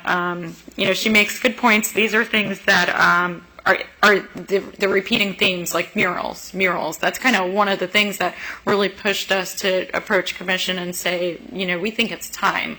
Because, of course, those kind of requests come into the planning department first. We want to do a mural. Well, we don't have any guidelines for murals, so what do we tell people? But we do have guidelines in the historic district, for example, paint colors, 2 paint colors on your building, that's it. So we're getting all of these requests and we have to address it. And so murals are definitely going to be one thing I would think that we would look at early on. Artist relocation program, I'm community planner for the city. I'm not just the historic preservation officer. I've been researching artist relocation and arts incubators for probably a good 8 years now. Maybe longer. Actually, in 2006, I was in Pittsburgh for the National Trust for Historic Preservation Conference, and the Manchester Bidwell Corporation, which I have talked to Kim House about before. This was a guy who is on the wayward path and up to no good and getting into trouble, and he was in high school and walked down the hallway and passed a potter's studio, like one of the teachers doing pottery, and he just was drawn into this, and he says that the art saved his life. Inner city kid, inner city neighborhood, he swears he just wouldn't be alive. And so he really embraced the art, and he just started small. He had, a small space, that grew, bought a building, and this thing has just has all these tentacles that have gone into all different directions. They now have a recording studio with, Grammy Award-winning artists. They have a culinary institute, and this is pretty much this one organization revitalized this neighborhood. So, what's that? A skill center. A skill center. And he let it really organically develop. It was what people were coming in and expressing an interest in. And a lot of his objective, like with Culinary Institute, for example, was he was working with a lot of single moms. And how do you get them jobs? And a lot of them knew how to cook. So, let's refine those skills. So it was a real organic thing that developed that I've been looking just at different communities. That's on a larger scale with the Art Center and all. Bringing in artists with an artist relocation program. There are other communities that are doing that. So it's not like we would be reinventing the wheel. We've got a lot of good examples to look to and see if it would work for us. So I just wanted to touch upon that and definitely agree with the statement that the first stake in the ground needs to be a really good one. As we go on in this process, I'll talk about this more, but I would really recommend to the board that they consider in their reviews of proposals for public art, opening it up under a defined solicitation period and a defined award period. So instead of being like a historic preservation board, for example, that reviews applications from property owners on an ongoing basis, you wouldn't have an applicant come in and then walk out of the meeting like, okay, yeah, you can put your art up. It would be more of you have a solicitation period, everybody comes in and does their presentation and really provides you thorough information on what they've got going on, and then you deliberate and choose only the finest, because this is something that you really want to be, and what I'm hearing repeated all throughout here is very high caliber, very high quality. So you don't want to set it out the gate where it's like, okay, well, now we're having applications and we've got to review and approve or review and deny them. Just think about the quality and the caliber, and the way that you can do that is by setting these controls. So I would definitely recommend solicitation and award period, because that's going to make it more exclusive and higher caliber.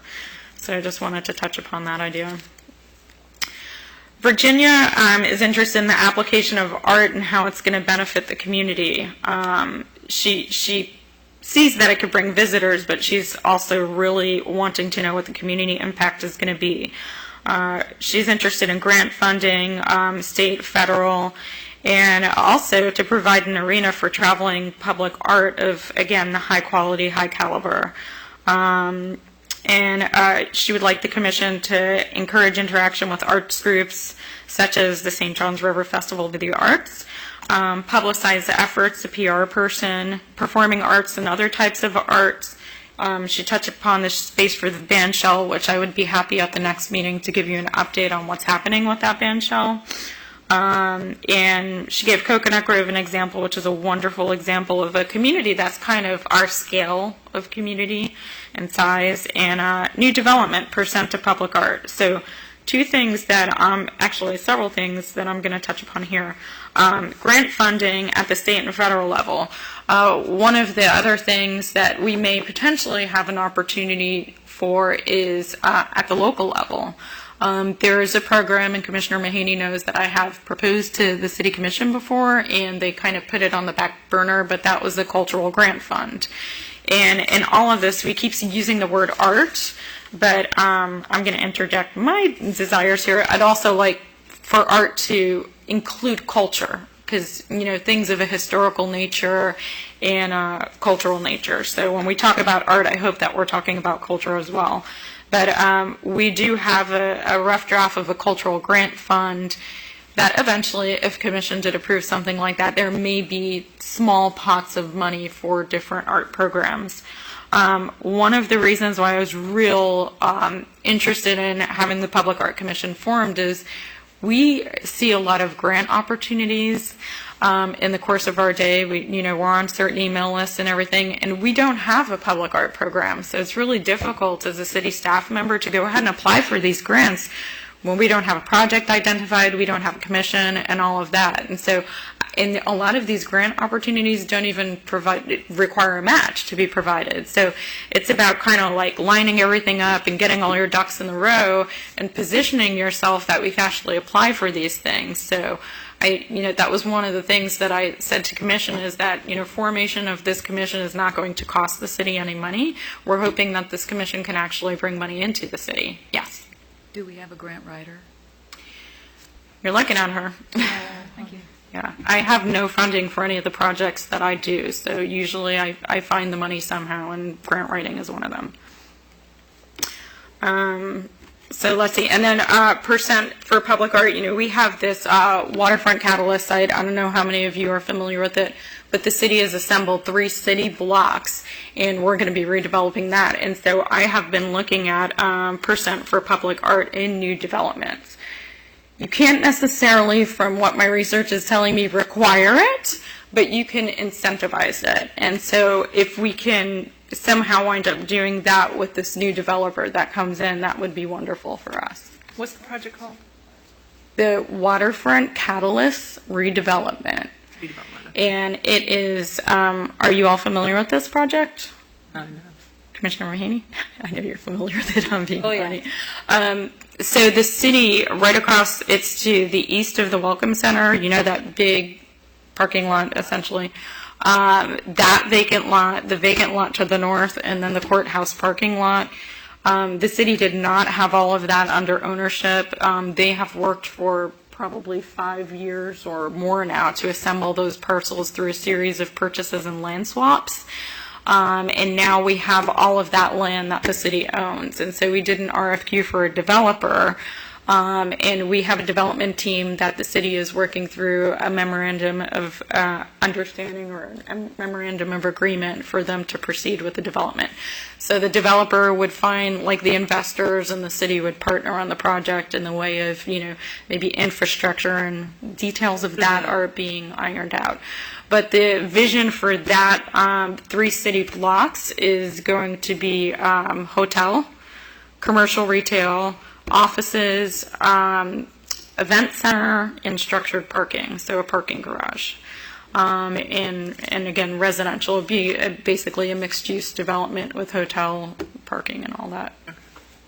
And Christine, also the CRA is working diligently, although this will, I'm sure, become an issue, and who knows what will really happen. But right now, there are tentative discussions about actually taking down the old Civic Center.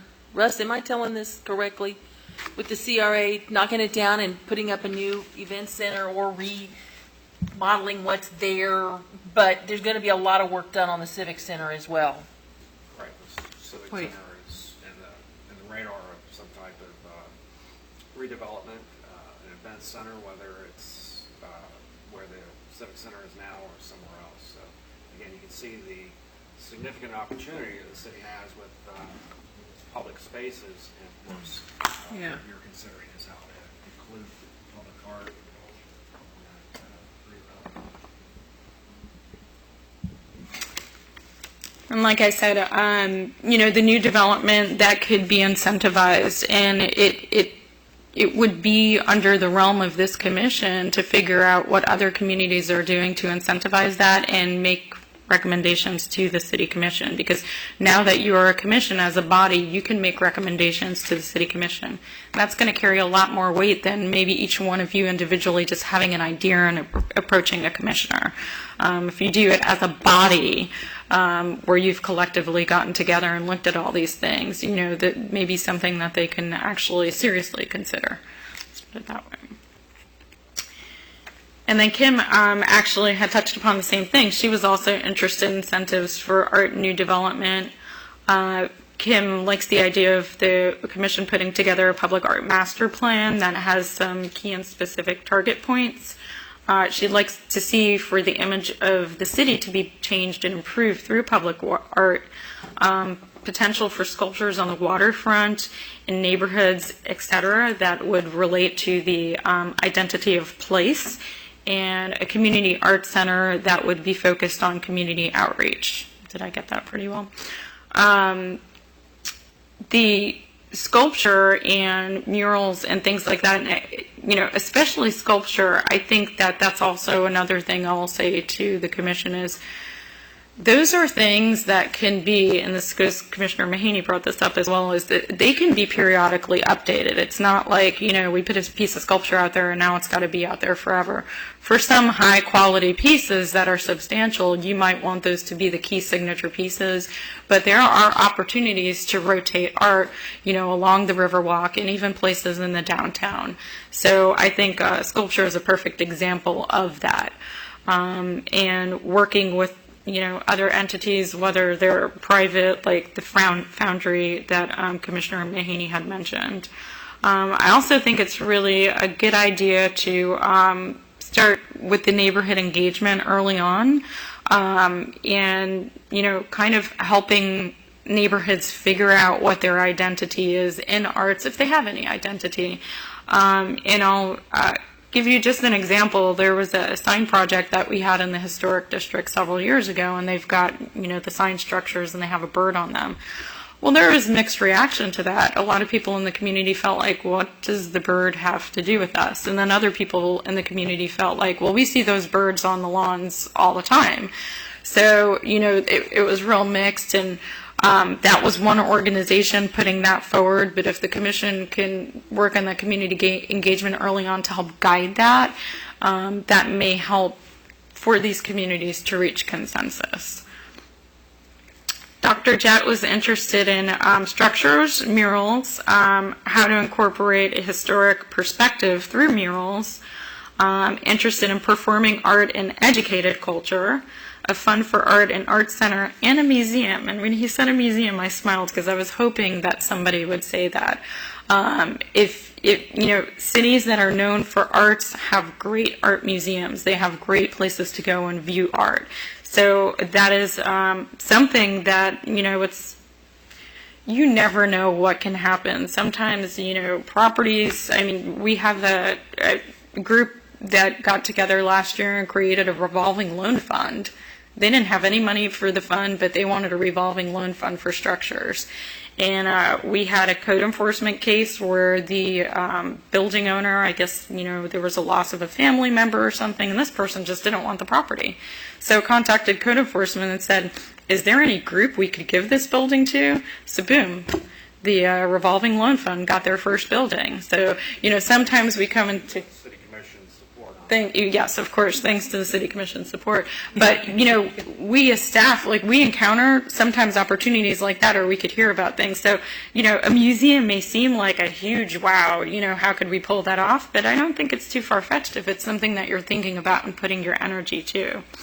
And you also mentioned looking at other communities' programs, and Louisville and the Kentucky Derby horse statues. I'm real interested in that. I made a note of that.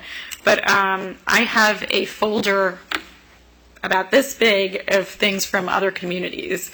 So little things I've tabbed and kind of looked at, and things, communities on the scale of our community, and, looking at what might potentially work here. Then for Catherine, you pretty much repeated all the things that everyone else said, but the one thing that you said that was a little different was that you would like for us as the county seat to become more as a destination for arts on its own, and kind of draw that county-wide. And so what I heard from that comment is, tourism. I mean, arts is a great draw for tourism, and your background in tourism, I think, lends itself really good to this commission. The last survey that was done with the Citizens for Arts, what's that? Americans for the the name of Arts? that group. It's the number 2 thing that people look for, is a cultural experience when they travel. So I think it is. And let me just say parenthetically, the Arts Council has been working for about the last 5 years on a museum idea, an exhibit space. So just so you know that. Do you recall what was number 1 on that list? What people look for? Food. I'll bet you. Yes, I can. Wait 1 second. It was not theme parks. Actually, I believe it was food. It was Culinary, leisure restaurants, experiences entertainment. type of thing. And culinary is an art too. Some people Yeah. look at that as an art for sure. So. And then Commissioner Mahaney would like to see for the commission to help to capitalize upon art and culture treasures such as the Wayne Dench Performing Arts Center. She mentioned best kept secrets in town and used the example of the Bronze Foundry and the potential to borrow public art. Again, are we going to have art that's permanent or transient, identifying locations for that and what kind of art that they can be. The potential for the community to actually participate in hands-on art projects, and she used the fence painting as an example. She would also like to see a strong emphasis on local artists. So when we draw these artists, they're not coming from other areas, but they're coming from the Central Florida region. And the great point that she made was the inventory of the existing art, because it's funny, I had already started making an inventory, and one of the things that I did have was the Sunrail art. I had a couple of ones that you mentioned. I didn't have the photographs in the lobby, but that was a great example. And the Vigilante, I will say, that goes back to my earlier comment about culture. I mean, I consider the Vigilante public art because it relates to a city's culture, which to me, arts and culture, they're, in my eyes, synonymous. I mean, I know there's, physical art and there's expressive art, but culture is an art. I see a couple of blank spaces. I don't mean to interrupt you. Do you all know what the Vigilante is? You do? Okay, out of the Sanford Airport. Oh, I didn't know if, I was afraid Virginia might not know, and we use this term, the Vigilante. Yeah, okay, well. And one of the things that I'd like to do, probably, hopefully, before our next meeting is I'd like to set up on the website a page. I feel strongly that art is really lost unless the story of the art is told. And Kim and I have had this conversation. We have this beautiful piece of art in Magnolia Square. People walking by just think it's, a tree. True. A glass tree. What is it? But it really needs a narrative. And so I think that as we move forward in anything, and this is something to think about when you do a solicitation, if that's the route you do want to take it, when you do a solicitation of art, one of the criteria for the solicitation, the submittal should be they have to write a good narrative for what they're presenting, because if this is public art, the public should know what they're looking at. So I would like to put a web page up and actually provide the narratives and show the existing public art we already have out there. So explain what the mosaic out at Sunrail is. Explain what the mosaic is in Magnolia Square, and photographs to go with that. One other mention was about Lisa Mosca's, I'm so used to calling her Lisa Mosca, so Lisa Holder's position. So Lisa and I have been collaborating on this actually for quite some time with, the public art initiatives. She and I actually met with people from Castleberry a couple of times to kind of get feedback about what they're doing with their art. And she is on the invite list for every meeting. So as her schedule permits, she will be in attendance at these meetings. If not, I'll be briefing her on these things. But she's really excited about, partnering. And so we will definitely be working on that. When I get that web page up, we'll have her send like a social media blast to say, the Public Art Commission is up and running. And of course, this is a public meeting, so people from the public, as we go through these, kind of brainstorming sessions, and they can sit in, and it's a public meeting. Dr. Jett can open it up for comment. You don't want to have them in on your discussion, but as you go through each item, then you can open it up for public comment. That's just the cleanest way to do it, where people don't bog down your discussion, but at least they still have input. And we did do that when we updated the Historic Preservation Code several years ago. Historic Preservation Board members, we had citizens from the district who cared about, okay, they're going to be talking about this at this work session. So they'd show up and they were part of the discussion. I mean, a lot of things we incorporated into the code was because of that. So You probably had a sign-up sheet, I'm sure. yeah, it wasn't that bad. Oh, okay. Meaning there was a lot of people? Well, I was just making a sign-up sheet so they know you got 2 minutes to speak. Oh, I see what you're saying. Yeah. Speaking the ones so we can. I thought you meant when the HPB was reviewing it, if we had throngs of people. Yeah, we do have the blue cards, and the citizens will fill out, they'll state their name and address for the record, and then they'll say what they have to say.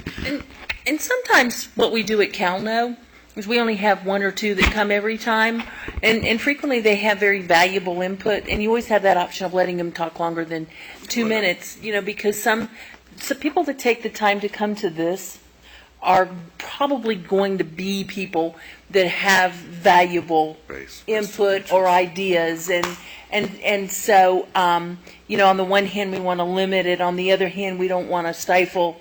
So we do have that. You have that option, Dr. Jett, of letting them go a little longer if necessary, right? What I have, what I recently read, and I don't know which ordinance it was that I was looking at, or maybe Russ can remember. I'll have to find it because it's on my desk. But 3 minutes for regular meeting items, 5 minutes for a group, and 5 minutes for citizens discussion. That was the outline that I have. Pardon me, yes. The commission has adopted protocols or rules of civility or procedures that other boards have followed suit. So we'll share that with consideration. Yeah, we'll provide that at the next meeting. Again, to be respectful of your time, while, again, I'm just absolutely delighted with the feedback input and your vision for what this board's going to embark upon. Again, I don't want to cut off where you are on the agenda, but Mr. Chairman, if at some point in time you would like to consider discussing the board's interest with regards to any of the future meeting dates and times, and if there's any expectation about the approximate windows of time you would like to have the meetings. Obviously, they'll change from time to time, but again, before you adjourn today, I think that would be something I would suggest you do, or staff can poll board members What? for your next meeting. Yeah, so I had an idea that I'm sure Kristen was going to chime in on what our next actions are for the next meeting. Okay. And, the first thing I was thinking that we might need to do some research, and if you could put research on different ordinances and share with the board prior to no discussion so that we can begin to develop what the ordinance will look like. And I think that's probably the premise for our decision, how we move forward with soliciting or grants or anything. And any other agenda items, so we need to structure around. And then also, Can I give feedback on that? yes, So you said, Christine, that you've been gathering data for a long time, right? You've got a stack of stuff, other cities who have ordinances, and you just kind of proposed that before we discuss, she give a presentation on ordinances, right? yeah, I would like for her to share via email. Oh, share it via email. So we will Okay. have an opportunity to review. Okay. And then when we come together, we actually decide. And you'll Right. kind of narrow that a little bit, right? I will. And here's I see where you're going with it, but here's Yeah. let me throw something else out because I've spent a lot of time with these. Okay. Being a new board and probably not being, kind of in the realm of, local government ordinances, and they're written in a certain way, and it gets bogged down with the legal, and I don't want to stifle the creativity immediately. So how I had hoped we would look at things at the next meeting is by categories. So have a discussion about murals, for example, have a discussion about sculpture, have a discussion about location. So I hesitate to start feeding you ordinances from other communities, and you feel like, okay, that's how they did it, we have to do it. I kind of would like to see more of what you want to see in each one of these aspects of a public art program. That will help me to look at the other ordinances and by topic give you language from different ordinances. So I'll be happy to do, maybe initially you just want to see what an ordinance looks like, to do that, but I would just caution against getting so bogged down in the legal framework. Well, I was thinking based off of what everybody suggested, because we've spent probably about a good hour discussing different categories already. Maybe we can lend on your expertise in providing that framework of somebody that's incorporated something of all of them, because we have a pretty comprehensive list, into an ordinance just to give us something measurable. Okay. I had another idea, but that was... So like a draft sample ordinance. So like a draft sample ordinance, but also, I'm very visual because when I used to draw a lot, I used to go to different parks, neighborhoods. I grew up in Chicago, so I was familiar with a lot of different ideals. I guess I would like to have the inventory of what is already existing, and then a map of Sanford so that we can have a visual of the entire city and what is already existing and what areas are not. And so it's more like a brainstorming session. And of course, the community can be involved if they want to, but that sort of would give us a framework. We have ordinance, we have all of our ideals. And we could just break it down by the next agenda, if that's fine with everybody else. I think that map and that visual is a wonderful idea, and I'll ask the board that as you're out and about in the community, if you all can email me if you see something, because I don't already have a list compiled, so I'm only going to think about the things that I have on my mind right now. So as you're out and about, if you see anything, shoot me an email. There's something on the corner of such and such. It's whatever. I could probably go out and take a picture. Take a phone picture of it. Yeah, I mean, that would be great. So Yeah, because I'm looking at when I meet, and this is just me, I'm looking for my action items and how to move the agenda forward. And I even thought about, while we was having our discussion, I don't know how feasible this is by law of the board taking a tour. Because I think when we talk about art, I mean, we're sitting here and That was going to be my suggestion, is that we take a field trip, especially of Orlando and their art. But we could go by Castleberry and see what they're up to. Yeah. I think theirs changes from time to time, but I think we would really benefit from looking at the art that the city of Orlando has purchased in the last, I think it's 2 years, and we could look at where they display it, and it'll really bring home to us that, there's some serious money involved in this if we have to buy it. The last couple of times I've been to Lake Eola, it's just, they're adding more out there. And I think it would be inspiring to us all, too, to see what Orlando has done. Lonnie said that we could do a field trip and call it a meeting, right? Yes. You did? It can be facilitated as well. So we can talk about it when we go. Right. That would be great. And, how was the public involved in that by chance? Or how do we, logistic-wise, what's the optics? That's a good question. It could be part of the before and after, for example, the meeting convened here. I think we shared with the public as to what the board was going to do on a tour, and after tour report can be shared with the public for questions and answers. But I'll get with Mr. Groot.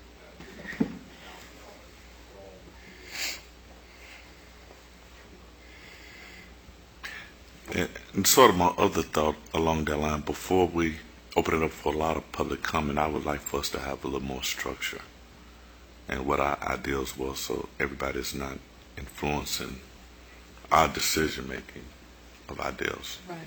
Just my thought. it is a public meeting. It is. So, I was yeah. just wondering by the time for us to solicit, like we Okay. sent out a Okay. blast email saying, hey, we want everybody in this community to come and present. We don't have any structure to say, Oh, of course. No. yeah. we don't like that, or we do like that, or we haven't decided. That's why I think you should have a solicitation period, criteria for Right. submittal, all of that, because that's going to keep that structure. And you don't want to get to the point where, you're making comparisons of things and, you have no framework. So, then it becomes, art is already so subjective. You need some controls in there as a commission. And I think one thing we're going to need to talk about down the road, Dr. Jett, is when it comes to the, request for submittals, and people submit their potential art and their narrative, are we going to function as the selection committee, or are we going to then have other people involved in the selection process? Because I think, I see you shaking your head no. I think that We're the committee. we're We're the the committee. advisory board to the commissioners of the selection. Right, we're the committee, but are we defining the committee right down to the selection process? Because obviously I have no vote, but I do have input. But I just keep going back to the words public art, and if that's a way that you all think it should be, so be it. I could have seen a value in, a different selection committee for each, or even as opinions go, that we be the kind of like Russ, like we do it when we have several responsive bidders, that are all the same. I could see it as, maybe we make the final selection, but that there's a group chosen, a different group every time to give input on the art, on. I guess I just, as an elected official, am always going to go more back towards the inclusion of the public as much as possible, but I'm not trying by any means to, to throw a wrench into. Yeah, Patty, you could obtain that by having input from, say if we were looking for a piece of sculpture for a community, say for Georgetown, well then it would only make sense to put out a public notice to the people that live there, so Right. they could give us input. Right, And that's then- true. They can give input then, sure. Right, and then that way, if they have a certain idea which would define their neighborhood to them, and that would, would give them something back as far as an identity, then I think that's when we would really rely on their input. And that would, kind of solve that for where you're coming from. It's just a suggestion. No, that I've seen. you're absolutely right. That would take care of the concern. You go ahead, Russ. What I'd like to comment on with regards to Commissioner Mahaney's recognition of who will possibly be making final decisions relative to some of the policies that are going to be developed in this public art ordinance is something that it's great to have the city commissioner serving as a liaison here. She's going to be able to articulate the interest of this commission as to whether or not it's in some or all of the decisions that this board will make will either be advisory, or has the commission wish to have the consideration of these matters before them, or are they going to trust and delegate that? Yeah, that is to be determined. There was some talk about who would be the final approval on the art installation, and most of the commissioners were leaning to the commission being the final. Oh, I thought that was Actual decided. roles and responsibilities of this commission will be embodied in the ordinance that's being drafted, that will be involved in making those proposals to the commission. But we're fortunate to have the commissioner that's going to be able to relay her own interest and expectations, and frankly confidence in the experts that we have working for us in this respect. So again, I think it's going to be important for us to share with you examples of ordinances and approaches that different communities have developed, so you can use that as a framework for how you propose the city move forward as well. Thank you, Russ. This is an amazing board. I can already tell. I mean, from sitting in on all of our boards, this is going to be an extreme group of, people who are completely knowledgeable in their field. This is going to be a great board. Mr. Chairman, I have one request for the agenda for next Yes, ma'am. time. Is if we could identify like one thing that we would like to see done by the end of a year, and maybe even think 5 years, but if we could kind of agree on one thing that we would like to see done by the end of our first year, it would help me be able to talk about ordinance from that point of view, I think. I definitely agree.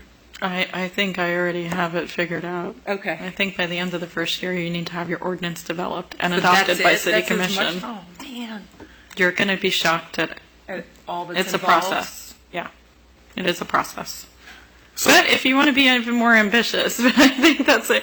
I mean, here we're meeting in January, and you're just going to start looking at this and talking about the different programs, and anticipate that each meeting you're going to be delving into, one meeting you're going to be delving into murals before you get to where this is what I want in the ordinance and so on. And we'll, putting it through planning and zoning commission and city commission, because remember, your ordinance has to be adopted by commission. So it will be a little bit of a process. I would anticipate at a minimum 6 months before you all have your ordinance, and that's being a little bit ambitious. I was ambitious because I was thinking 6 months. Well, let's be ambitious then. Yeah. But Ordinance? well, that's keeping in mind if you're keeping a monthly meeting schedule that's similar to our other boards like P&Z and HPB, which is meeting once a month. So we can kick that up and meet twice a month. That's going to be up to you. With my workload, I would say meeting once a month is probably what I can handle, and getting you the things that you need in time. I'm not sure that I could do that on a cycle of twice a month. Are we going to decide today when that is? Well, I was going to make the yes, suggestion. I was hoping so. That's why I asked for you to bring your calendars. So. Yes. So I was going to make a suggestion at least once a month, but what particular day of the week? Every other Monday does not work for me. We have commission meetings that start at around 4 in the afternoon. The second Monday and the fourth Monday are completely out for me. Also, Thursday afternoons and evenings are horrible for me because I have the homeless task force is already on Thursdays. This is community development, CDB, not CDBG, community service, Seminole County Community Services Block Grant meets on Thursdays. So Thursday afternoons and evenings would be tough for me as well. And Wednesday mornings are tough for me. What is best? I'll tell you, this Tuesday afternoon was great. I don't usually have anything on Tuesday afternoons. And I'm looking at the commission availability as well. The third Wednesday of the month, we have something going on. Every other Monday, we've got something going on. So I looked at the calendar, and this wound up being a good time that worked. Thursdays doesn't work for me either because I teach at Rollins, so I leave early that day. But Tuesday winds up being a good day. Wednesdays are tough. But like I said, with the availability for the calendar, this date and time seemed to be, because I looked this up ahead of time, on how you all feel about that. That would be This works for me. the fourth Tuesday of each month at 2 p.m. At 2 p.m. And keeping... Can we not do it a little bit later? That would be Three. better. 3 would even be helpful. later or earlier? Oh, yeah. Sure, we can... You want to do 3 to 5? 3 to 5 instead of 2 to 4. Sure. Dr. Jett, does that work for you? Well, of course, I'm president of National Association of Kansas City Health Officials, and so my travel dates, I was just combing through. Usually I'm fine with the Tuesday, but I think in February I actually fly out on the 23rd. I don't know what time right now. And then the 22nd of March, I'm actually speaking in Georgia. But let me check the time. What about the second Tuesday instead of the fourth Tuesday? No? First Tuesday? Yeah, the first Tuesdays I'm always open. The second Tuesdays I'm always open. How's the first Tuesday? And the third Tuesdays I'm always open. So this and is the third. first Tuesday of the month. So does that sound doable to everyone? I could do any Tuesday day of the week afternoon. Anytime. I don't know, but I don't know what the commission availability is, so I have to. I don't know what the commission chamber's availability is, so let's do like 3 dates as target dates, and then I'll let you know the availability. We So- have first and third Tuesday right now. Is that correct? Third is not good. Oh. The Sanford Chamber meets on the third Tuesday of the month. Okay. So the first Tuesday. And the second Tuesday is out. First I Tuesday heard is second the was out Arts for Council. someone. Who said? The second Tuesday is okay with me. How about you, Dr. Jett? Second Tuesday's good. Okay, so I have first Tuesday and second And Tuesday? Tuesday. Not first Tuesday. Okay. Not first. Oh, not the Just first. second. Okay. Second or fourth. Second or fourth. Okay, so I have the second or fourth Tuesday That's just from 'cause 3 he's to 5 traveling, that's not all p.m. the time. Yes. Second and fourth Tuesday from 3 to 5 p.m. Thursdays, I think, are a bad day in general, and Mondays are a bad day in general. So do we want to look at Wednesday? No, I thought we said Tuesday. Tuesdays. So we're only going to look at 2 right now. It's either going to be the second or fourth Tuesday. Wednesdays are good. I mean, we could look at the first. Aren't we going to set it right now? I mean, we're all. No. But no, I need to make sure, I need several dates because I have to make sure that the commission chambers is available. This is where our recording device is, and But this is what it is. But I wanted to ask you, Christine, we can also record in the railroad room, and where we have our work sessions, and we have a round table where you can actually see each other, interact with each other, be a little closer to each other. Is there any reason that if Chambers isn't available, we couldn't use the railroad room? we could. Doesn't have to be, in my opinion. I mean, I don't feel like I have to sit at the dais all the time. the railroad room is our big, that's where we interviewed you all. And we have work sessions up there. Yeah, I was just thinking about technology because for tonight, today we didn't need it, but when we get underway, I will need to be at the computer, typing things and organizing them, which I guess I could do in the railroad room. We have that set up over in the corner. Well, and I could also I cannot do the first Wednesday, either morning or afternoon. That's Women's Club and Calno. But I can do any other Wednesday during the month. That would be me too. I couldn't do the first Wednesday, but any other Wednesday would be all right. Can we check the second and fourth Wednesday Sure. Those are good. and the same time? The third Wednesday isn't good. HPB meeting that day, I tend to be very busy that day, so I won't be able to give you my attention. HPB, actually, no, it's a conflict altogether because their work session starts at 4. What is that, the second Wednesday? That's the third Wednesday. Yeah, okay. So I'm looking at the second or fourth Tuesday and the second or fourth Wednesday, both from 3 to 5 p.m., and I'll get back to you.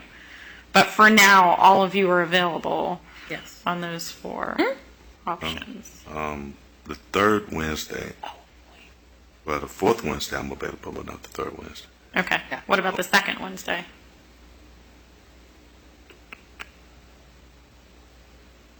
The second Wednesday tends to work well, except for one-time event like in March.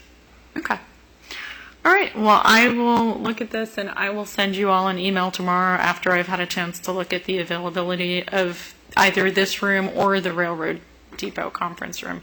Am I hearing, Commissioner Mahaney, that you would actually prefer the Railroad Depot conference room? No, not prefer it. I'm fine with what everybody An else option. wants. Okay. I wanted you to at least if you could keep it open as an option so that you weren't prohibited just by the availability of the commission chambers. Because the Railroad Depot room is very comfortable too, and I'm good with whatever. Well, our agenda items are done, so I will turn it back over to the chair. All right, thank you. Can I get a motion to adjourn? Make a motion. Second? Okay, all in favor? Aye. Ayes have it. Thank you. Thank you for the you. first meeting. Thank you, Dr. Jett. Yes, young lady.